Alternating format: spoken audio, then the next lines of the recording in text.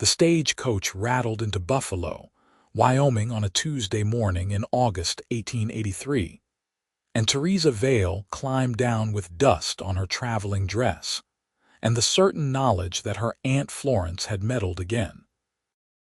The telegram had been brief. Suitable gentleman waiting, church social Saturday, no excuses. Theresa had learned long ago that refusing Aunt Florence was like refusing the sunrise. The town sprawled modest and practical beneath the Bighorn Mountains, false-fronted shops lining Main Street, and the smell of pine and sage mixing with horses and dry goods. Theresa's aunt met her at the depot, a whirlwind of hugs and chatter, steering her toward a boarding house run by a widow named Mrs. Henderson.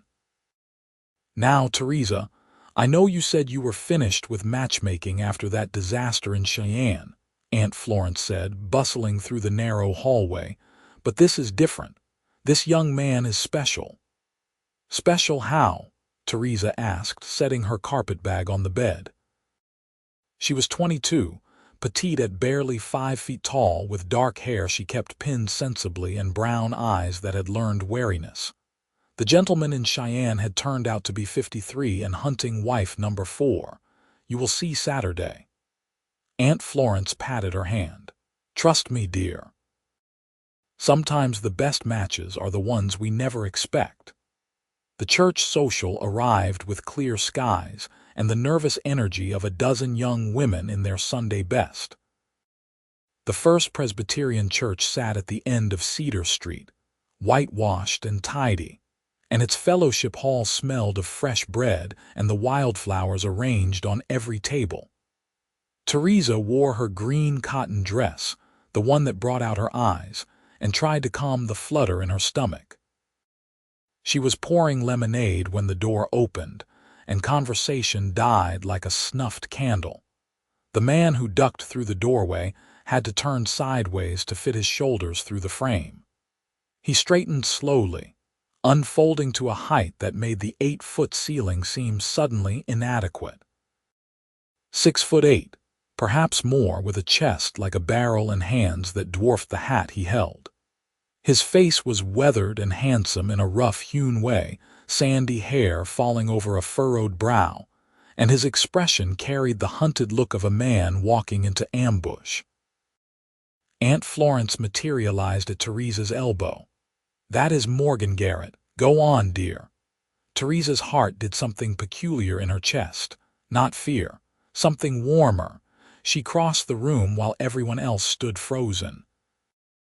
Morgan's blue eyes tracked her approach with something between hope and resignation. When she stopped in front of him, the top of her head barely reached his chest. "I am your blind date," he said. His voice was deep and gravelly, the words pushed out like an apology. "I understand if you would rather not." Theresa looked up at him, and up. He was enormous, yes, but the hand he extended toward her, massive as a bare paw, was trembling slightly. She saw the careful way he held himself, trying to take up less space, shoulders hunched as if he could fold his size away. She smiled and took his hand without hesitation. "Theresa Vale, it is nice to meet you, Morgan." His fingers closed around hers with surprising gentleness, and the tension in his face eased just a fraction. "Likewise, Miss Vale." The room exhaled. Conversation resumed, quieter, with glances sent their way. Morgan led her to a table in the corner, moving with the cautious grace of a man accustomed to navigating a world built too small. He pulled out her chair, the furniture looking like doll pieces in his grasp. "Your aunt said you just came from Cheyenne," he said, settling into his own chair, which creaked ominously. "My aunt says too much," Theresa replied. "But yes, I was working as a seamstress there. She convinced me Buffalo needed my skills." "Does it?" "I will let you know once I have seen how the ladies here manage their hems." She poured them both lemonade from the pitcher. "What do you do, Mr. Garrett?" "Morgan, please." He accepted the cup, his hand making it vanish. I work the Triple H Ranch northwest of town, cattle mostly. Breaking horses. That must be difficult work. It is work I am suited for. Something bitter edged his tone. Not much call for a man my size to do delicate things. Theresa studied him. His eyes would not quite meet hers, and the set of his jaw suggested he was waiting for her to make an excuse and leave. I imagine people make assumptions, she said carefully. Every day of my life, Miss Vale. Theresa, please, she leaned forward. Tell me something true about yourself. Not what people assume. Something real. He blinked, caught off guard. His thumb rubbed against the rim of his cup. I read, he said finally. Poetry mostly, Wordsworth, Tennyson. I have a collection of their work, bought the books mail order. Do you have a favorite, The Lady of Shalott? He said it quiet, almost shy. I like the rhythm of it, the story. Theresa felt warmth bloom in her chest. I love that poem, the part where she finally sees Camelot even though it costs her everything. Morgan looked at her then, really looked, and something shifted in his expression. You have actually read it. Why would I lie? People humor me sometimes, pretend interest. He shook his head. I should not have said that. That was ungracious. It was honest, she smiled. I prefer honesty. They talked through the social, through plates of bread and cold chicken and berry preserves. Other young people drifted past, some curious, others snickering. Theresa heard Tommy Pritchard whisper Beauty and the Beast to his friends, loud enough to carry. She saw Morgan's shoulders tighten, saw him start to withdraw. Morgan, she said firmly, and when he looked at her, she held his gaze. Would you walk me home? I am staying at Mrs. Henderson's boarding house, and I do not know the town well yet. I would be honored, he said, and the gratitude in his voice made her ache. Outside, the evening had turned soft and golden, the mountains painted purple in the distance. Morgan offered his arm, and Theresa took it, her hand resting on his massive forearm. They walked slowly down Cedar Street, past the general store and the bank and the saloon where piano music tinkled through the doors. May I ask you something? Morgan said after a while. Of course. Why did you not hesitate when you saw me? He was looking straight ahead, jaw tight. Everyone hesitates. Theresa considered her words carefully. I saw a man who was nervous about meeting someone new, same as I was. Your size is simply part of you, like my height is part of me. Why should I hesitate over that? Most people see the size and nothing else. Then most people are not looking properly. She squeezed his arm. You have kind eyes, Morgan. That was the first thing I noticed. He stopped walking. They stood in front of the boarding house, lamplight spilling from the windows. Morgan looked down at her, and she saw his throat work as he swallowed. May I call on you, properly? Yes, Theresa said. I would like that very much. Tomorrow would be perfect. He smiled then, a real smile that transformed his whole face, and Theresa felt her heart turn over completely. Morgan arrived at 2 o'clock the next afternoon, scrubbed clean and wearing what were clearly his best clothes. Theresa met him on the porch, and they walked through town together, drawing stares that Morgan bore with stoic silence. She asked him about the ranch, about growing up in Wyoming, about everything she could think of, and gradually he began to relax, his answers growing longer and more animated. They stopped at the edge of town where a creek burbled through cottonwood trees. Morgan spread his coat on the grass for her to sit, then settled beside her, long legs stretched out. I should tell you something, he said. So you know what you are getting into if we keep company. All right. I have been this size since I was 15. Grew a foot in a year and never stopped. My father was tall, but nothing like this.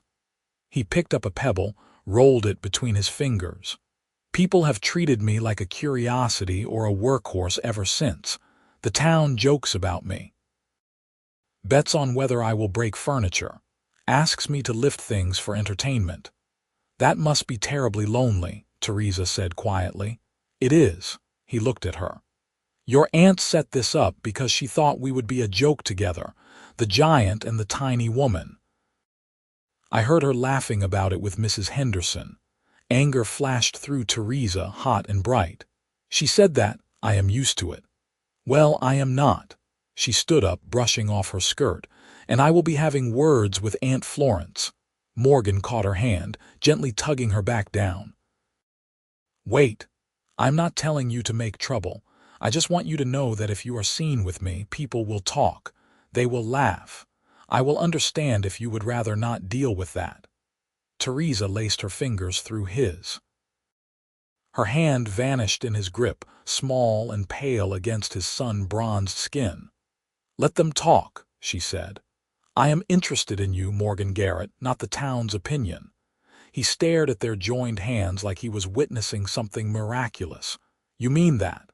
I never say things I do not mean. They sat together until the shadows grew long, talking and watching the water. Morgan told her about the Triple H, about the foreman who was fair and the owner who valued hard work over gossip. Theresa told him about her parents, both lost to fever 3 years ago, about the loneliness of Cheyenne and her hope for something better. Can you come to the ranch? Morgan asked as they walked back. Next Sunday, if you are free. I have a cabin there, my own place. I could show you around. I would love that. True to her word, Theresa confronted her aunt that evening. She found Florence in the parlor, knitting by lamplight, and did not bother with preamble. Were you laughing about Morgan and me? Aunt Florence looked up, startled. What? Did you set up this match thinking it would be funny? The giant and the tiny woman. Her aunt had the grace to look ashamed. Theresa, I may have made a jest or two, but I genuinely thought you might suit each other. He is a person, not a punchline. If you cannot treat him with respect, then you and I will have very different futures. Theresa kept her voice level, but her hands were shaking. I will not tolerate cruelty toward him, not from you or anyone else. You care for him already, Florence said wonderingly. After one evening. I care about decency. Morgan deserves better than to be mocked. Her aunt set down her knitting. You are right. I apologize. I will do better. Good. Theresa turned to leave, then paused. He is kind and thoughtful and interesting. You actually did well with the match. Please do not ruin it. Sunday dawned clear and bright, perfect for riding. Morgan borrowed a gentle mare from the ranch and came to collect Theresa at dawn. The ride northwest took 2 hours through rolling grassland dotted with sage and wildflowers, the mountains standing sentinel in the distance. Morgan rode a massive draft horse, the only animal large enough to carry him comfortably, and Theresa watched the easy way he handled the reins, the care he took to match her pace. The Triple H sprawled across a valley, corrals and barns clustered around a main house. Morgan's cabin sat apart, a tidy structure built of logs with a stone chimney and a small porch. He helped her down from the mare, his hands spanning her waist, and led her inside. The cabin was modest but immaculate. A bed built to accommodate his frame dominated one wall, and a table with 2 chairs sat near the fireplace. But what caught Theresa's attention was the shelf above the hearth, lined with small wooden figures. She crossed to them, drawn by their delicate beauty. A horse mid-gallop, every muscle defined, a bird with wings spread, a woman's face serene and detailed. She picked up the horse, marveling at its lightness. You made these? Yes. Morgan stood in the doorway, too large for the space, watching her nervously. It is just something I do. With my hands. These are exquisite. She turned the horse in the light, studying the grain of the wood, the careful tool marks. Morgan, this is real artistry. People do not usually think so. People are fools. She set the horse down reverently. How long have you been carving? Since I was a boy. My mother taught me. She said even the biggest hands could learn gentleness. His voice went soft. She died when I was 16, just after I shot up. I am sorry. She would have liked you. He stepped inside, ducking the doorframe. She always said I would find someone who saw past the surface. I stopped believing her. Theresa crossed to him, tilting her head back to meet his eyes. You can believe it now. He touched her face, his huge hand cradling her cheek with infinite care. You are something unexpected, Theresa Vale. So are you, Morgan Garrett. They spent the day at the ranch. Morgan introduced her to the horses, let her feed carrots to his favorite mare. He showed her the garden he kept behind his cabin, neat rows of vegetables and a patch of wildflowers he had transplanted from the hills. I like growing things, he said, almost defensively. Makes me feel useful in a different way. It is beautiful, Theresa said, meaning it. You have made a real home here. Over the next weeks, they fell into a pattern. Morgan called on her twice a week, taking her on walks or picnics, always courteous and careful. He brought her small gifts, a carved bird, a bouquet of wildflowers, a book of Tennyson's poems he had ordered special. Theresa sewed him shirts that actually fit his frame, studying his measurements and working by lamplight to get the proportions right. The town watched their courtship with varying degrees of amusement and bewilderment. Tommy Pritchard and his friends made a game of it, stage whispering jokes whenever Morgan and Theresa passed. Mind you don't lose her in your pocket, Garrett. Need a stepladder, Miss Vale. Morgan bore it with grim silence, but Theresa saw the way his jaw clenched, the defeat that crept into his posture. One evening in September, they were leaving the general store when Tommy blocked their path. Say, Garrett, we are moving some barrels down at the saloon. Could use those big arms of yours, unless you are too busy playing with dollhouse furniture. His friends laughed. Morgan's hand tightened on the parcel he carried, but he said nothing. Excuse me, Theresa said, her voice cutting through the laughter like a blade. What exactly do you find amusing? Tommy blinked. No offense meant, Miss Vale, just having some fun. Fun.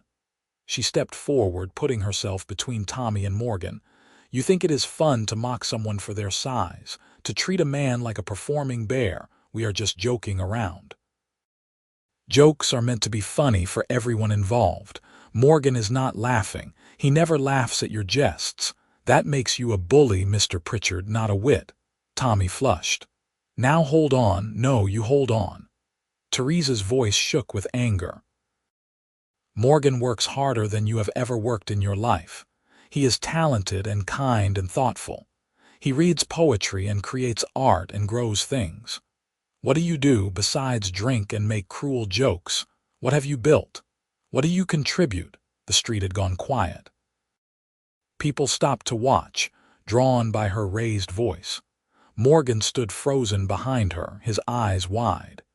You are all so busy seeing his size that you miss everything else, Theresa continued, addressing the growing crowd. He is gentle with animals and patient with people who do not deserve his patience. He helps his neighbors without being asked and never complains about the work. He makes beautiful things with those hands you mock, and he treats me with more respect and courtesy than any man I have ever known. She spun to face Morgan, who looked stunned. So yes, I am courting him. Gladly. Proudly. And if any of you have a problem with that, I suggest you examine what that says about your own character. She took Morgan's arm and steered him down the street, her heart hammering. Behind them, the silence stretched, then broke into murmured conversation. Theresa, Morgan said when they reached the boarding house. His voice was rough. You did not have to do that. Yes, I did. She turned to face him, still angry. I will not stand by and let them treat you that way. It does not bother me anymore. That is a lie. She caught his hand. It bothers you. I see it every time. You just hide it. He looked away, jaw working. What am I supposed to do? Fight every fool who makes a joke? I would be fighting all day. No, but you do not have to accept it as your due either. She squeezed his fingers. You are worth more than that, Morgan. You deserve to be seen. He was quiet for a long moment, staring at their joined hands. When he spoke, his voice was barely above a whisper. No one has ever defended me before. Then people have been failing you. She reached up and he bent down so she could touch his face. I see you, all of you, and I think you are extraordinary. He caught her hand, pressed his lips to her palm. I am falling in love with you, he said, the words tumbling out like a confession. I know it is too soon to say, but I cannot help it. You make me feel like a whole person instead of a collection of parts people use.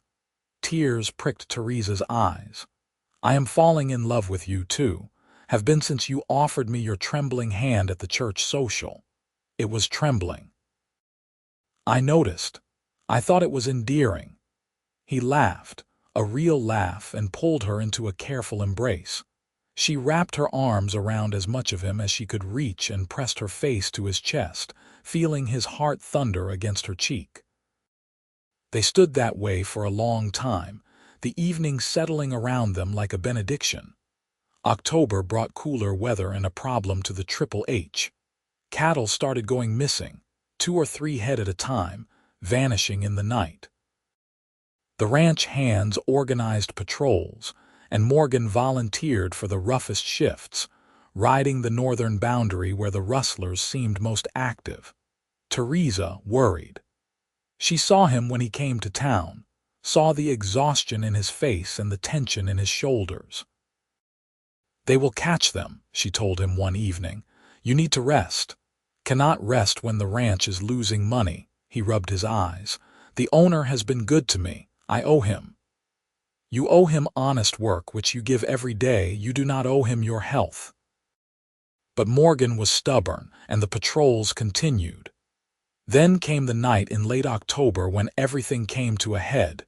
Theresa was sleeping when the knock came, urgent and loud. She wrapped a shawl over her nightgown and hurried downstairs to find one of the ranch hands, a young man named Danny, holding his hat and looking agitated. Miss Vale, you need to come. It is Morgan. Her heart stopped. What happened, rustlers? We caught them, but Morgan got hurt. He is asking for you. She dressed faster than she ever had in her life, her hands shaking as she buttoned her dress. Danny had brought a wagon, and the ride to the ranch felt endless, every bump and jostle an agony of waiting. They found Morgan in the bunkhouse, sitting on a cot while the foreman bandaged his arm. His shirt was torn and bloody, and he had a cut over one eye, but he was upright and talking, which meant he was alive, which meant Theresa could breathe again. Morgan.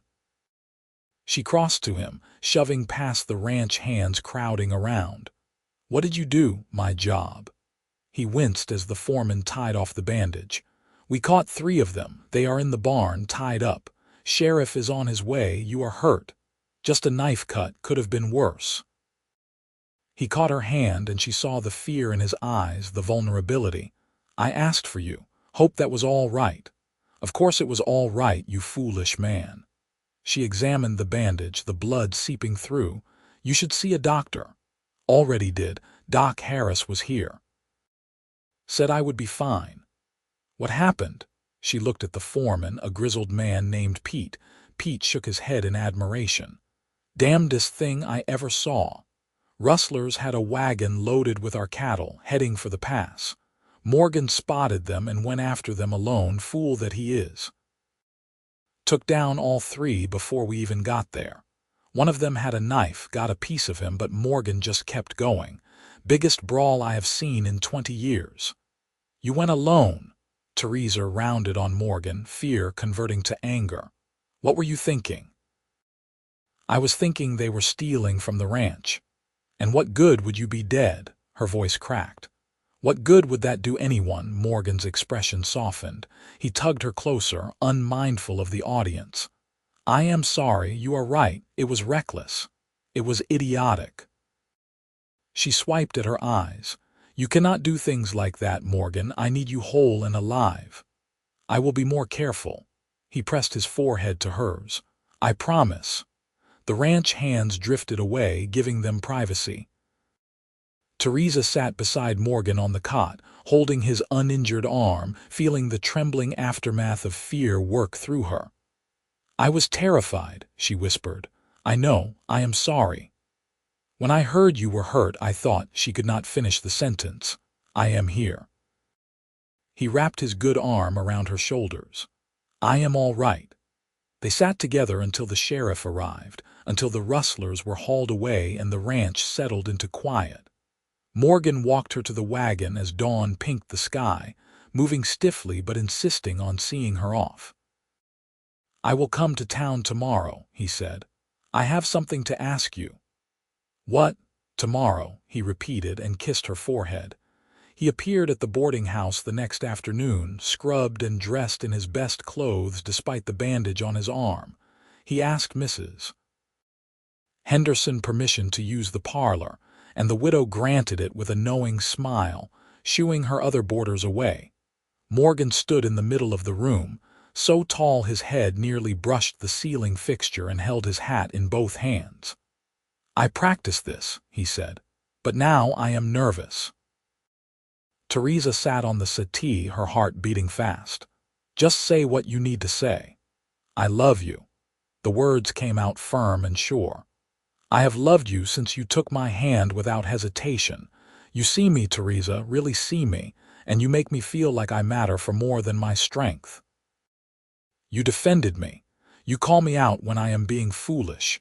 You fit into my life like you were always meant to be there." He knelt, a complicated process that involved folding his long legs carefully. Even kneeling, he was nearly at her eye level. "I know I do not have much to offer. Just a cabin and a job and a heart that is completely yours. But if you will have me, I will spend my life making you happy." Theresa was crying, tears streaming down her face. "Are you asking me to marry you?" "Yes." He pulled a small box from his pocket, opened it to reveal a delicate ring with a single small stone. "It is not much," but she launched herself at him, kissing him before he could finish. He caught her, steadying them both, and kissed her back with all the tenderness and passion he had been holding in check for weeks. When they finally broke apart, both breathing hard, she said, "Yes, yes, I will marry you." He slipped the ring on her finger, his hands shaking. "You are sure?" "I have never been more sure of anything." She kissed him again. "I love you, Morgan Garrett, completely." They were married in November in the same church where they had met. Half the town turned out, curiosity and genuine goodwill mixed in equal measure. Theresa wore a dress she had sewn herself, white cotton with lace at the collar, and Morgan wore a new suit that she had made for him, the first clothes he had ever owned that fit properly. When they said their vows, Morgan's voice was steady and clear, and Theresa's rang out like a bell. She stood on a stool so he could kiss her without breaking his back, and the congregation laughed. But it was warm laughter, affectionate rather than cruel. The reception was held at the church hall, tables laden with food and a fiddle player providing music. Tommy Pritchard approached them during the dancing, looking sheepish. "Miss Vale, Mrs. Garrett, I wanted to apologize for how I acted. You were right. I was a bully, and Morgan did not deserve that." Theresa looked at Morgan, who nodded slightly. "Apology accepted," she said. "Just do better going forward." "I will." Tommy shook Morgan's hand. "Congratulations to you both." As the evening wound down, Morgan swept Theresa into a dance, his massive hand engulfing hers, moving with surprising grace. "Happy?" he asked, deliriously. She smiled up at him. "You?" "I did not know I could be this happy." He spun her gently. "Thank you for seeing me. Thank you for being worth seeing." They moved into Morgan's cabin, which he had expanded over the weeks before the wedding, adding a larger kitchen and a sitting room. Theresa set up her sewing corner by the window, where the light was good, and filled the shelves with Morgan's carvings and her books. She planted flower boxes on the porch and curtains in the windows, and the cabin transformed into a home that felt like both of them. The winter was harsh but beautiful, snow blanketing the valley and the work at the ranch slowing to a manageable pace. They spent long evenings by the fire, reading aloud to each other or simply talking, Morgan carving while Theresa sewed.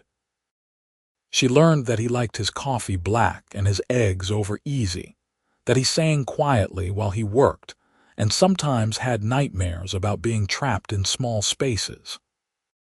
He learned that she was fierce about injustice and terrible at cooking meat, that she cried at sad poems and laughed like a child at his rare jokes. They learned each other's bodies with patience and joy, discovering the ways they fit together despite the disparity in their sizes. Morgan was always careful, always gentle, terrified of hurting her, and Theresa learned to draw him out of his excessive caution into real passion. Their love was tender and fierce by turns, and they reveled in the privacy of their isolated cabin, in the freedom to be completely themselves. Spring brought new life to the ranch and news that made Theresa dizzy with joy. She told Morgan on a warm May evening, the two of them sitting on the porch watching the sunset. "I am pregnant," she said simply. He turned to stare at her, his carving knife going still. "You are certain?" "I saw Doc Harris this afternoon. He confirmed it." Morgan set down his knife and wood very carefully, as if afraid his hands might betray him. Then he pulled her into his arms, burying his face in her hair. She felt him trembling. "A baby," he whispered. "Are you happy?" "Happy does not cover it." He pulled back to look at her, his eyes wet. Terrified, joyful, grateful, all of it. Their son was born in January 1885, a long, difficult labor that left Morgan pacing holes in the floor while the midwife and Doc Harris worked. When they finally placed the baby in his arms, Morgan stood frozen, staring down at the tiny bundle like he was holding the whole world. "He is perfect," he breathed. "Theresa, he is perfect." "He has your eyes," she said from the bed, exhausted but smiling. "What should we name him?" "Thomas," Morgan said. "After my father, Thomas Garrett." Thomas was followed by Beatrice 2 years later, a squalling red-faced baby with her mother's determination. Then came Amos in 1889, quiet and observant, and finally Verna in 1891, wild and joyful from her first breath. The cabin expanded again and again. Rooms added as the family grew, until it sprawled comfortable and chaotic across the hillside. Morgan was a revelation as a father. His huge hands changed diapers and braided hair with the same careful precision he brought to his carvings. He told stories in his deep, rumbling voice, acted out fairy tales with exaggerated expressions that sent the children into gales of laughter. He carved each child a menagerie of animals, whole worlds of wooden creatures that populated their bedroom shelves. The town's opinion shifted slowly but surely. It was hard to mock a man who so clearly adored his family, who walked through Buffalo with a child on each shoulder and his wife's hand in his, radiating contentment. Morgan's carvings began to sell, first locally and then through a merchant in Cheyenne who saw their value. He never charged much, but the extra income helped, and more importantly, it gave him recognition for something beyond his size. Theresa opened a dressmaking shop in town, her skills in high demand. She hired 2 assistants and built a solid business, her reputation for quality and fair dealing spreading through the region. Between her work and Morgan's, they prospered modestly, enough to expand the cabin further and set aside money for the children's futures. One evening in 1895, 12 years after they met, Theresa found Morgan on the porch carving a new piece. The children were in bed, the night soft and cricket loud around them. She settled into the chair beside him, picking up her mending. "You remember the church social?" she asked. Morgan looked up, smiling.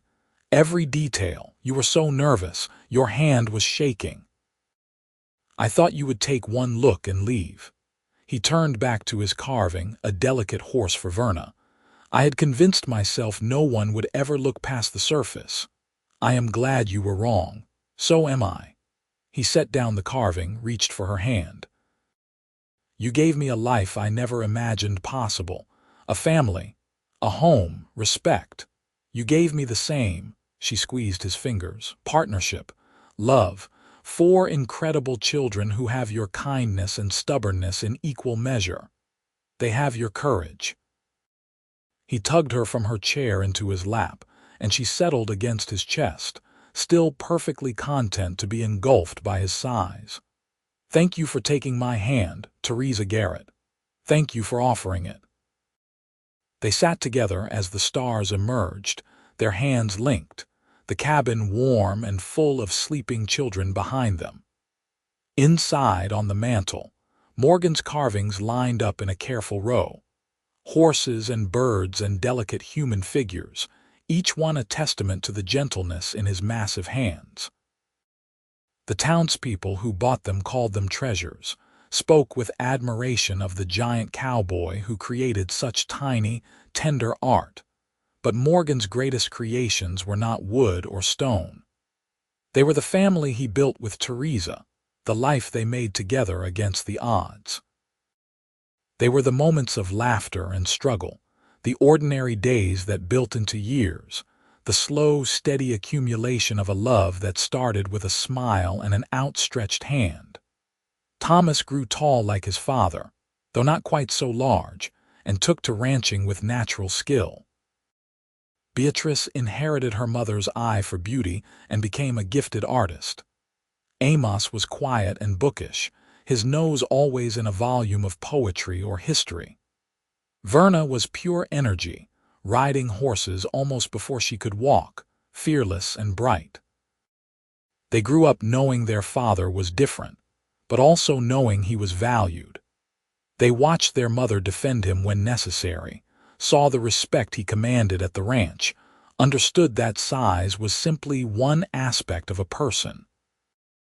They learned gentleness from his massive hands and strength from their mother's tiny frame, and they carried those lessons into their own lives. In 1898, the Triple HTK's owner retired and offered Morgan a partnership in the ranch. It was a testament to 15 years of loyal work, of skill and dedication that had nothing to do with his size and everything to do with his character. Morgan accepted, and suddenly, he and Theresa were landowners with a stake in the ranch's future. They celebrated quietly, just the family. With a dinner Theresa cooked herself despite her usual ineptitude with meat. The children made cards and Morgan carved a special piece for the occasion. 2 figures, a tall man and a small woman, hands linked, standing together. He gave it to Theresa that night and she cried over its perfection, over what it represented. We did well, Morgan said, watching his children argue companionably over the last piece of pie. Did we not? We did better than well, Theresa replied. We built something real.